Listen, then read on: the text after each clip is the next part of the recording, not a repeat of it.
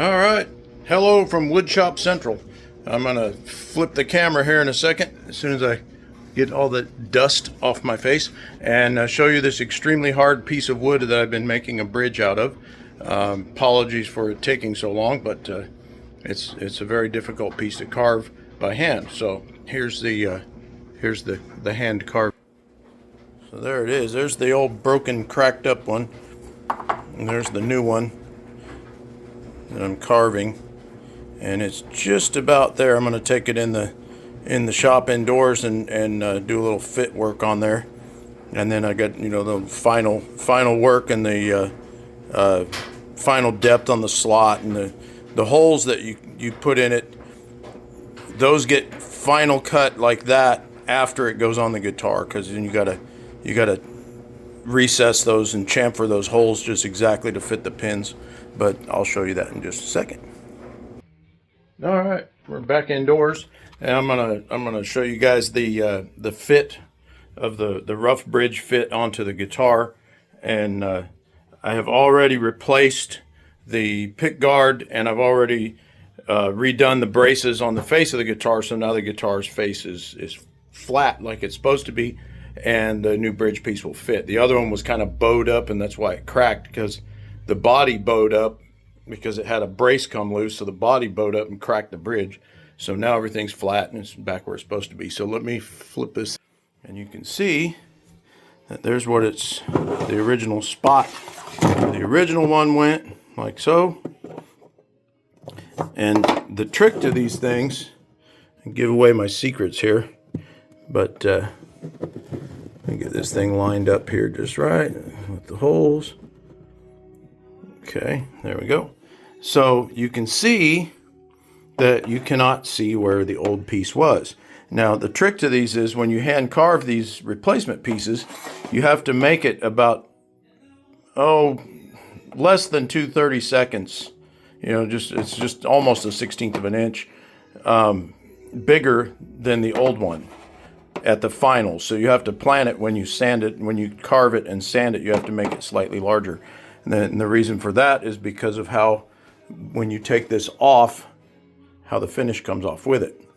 That's just the nature of the way they're glued on. When you steam them off, some of that finish material will come off with it, so you have to make a little bit extra lip around the edge, just enough to hide that. And it's just a very minuscule amount, but it's just enough to hide that spot where the old one came off.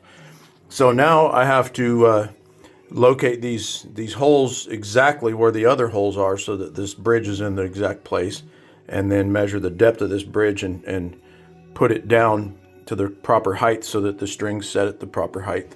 But there's the replacement pick guard, and the braces are already installed back in the guitar, and the body is nice and flat now, like it should be, not bowed up like it was.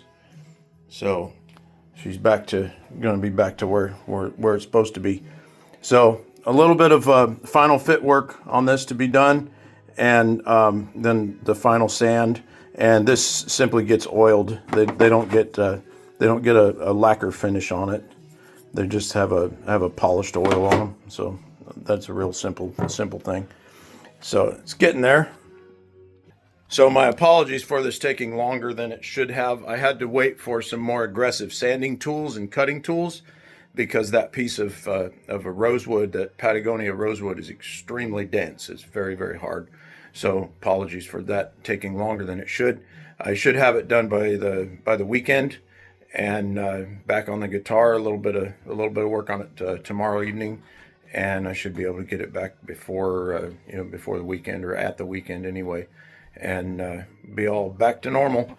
So that's the Washburn, the American-made Washburn, the rather collectible American-made Washburn, and my replacement bridge that replaces the old bridge, hand carved out of Patagonia rosewood, hand carved, hand cut, however you want to put that, but it is carved because you can see the ends are chamfered down, and it's not flat. It is rounded this way.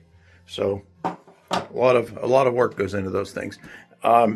If you took that to to your standard luthier shop, that part would probably cost you about $300 to do that. But I don't do that kind of stuff to people. I just, I do it when I can do it and get it done as quickly as I can and as reasonably as I can. But try to be as fair as I can too.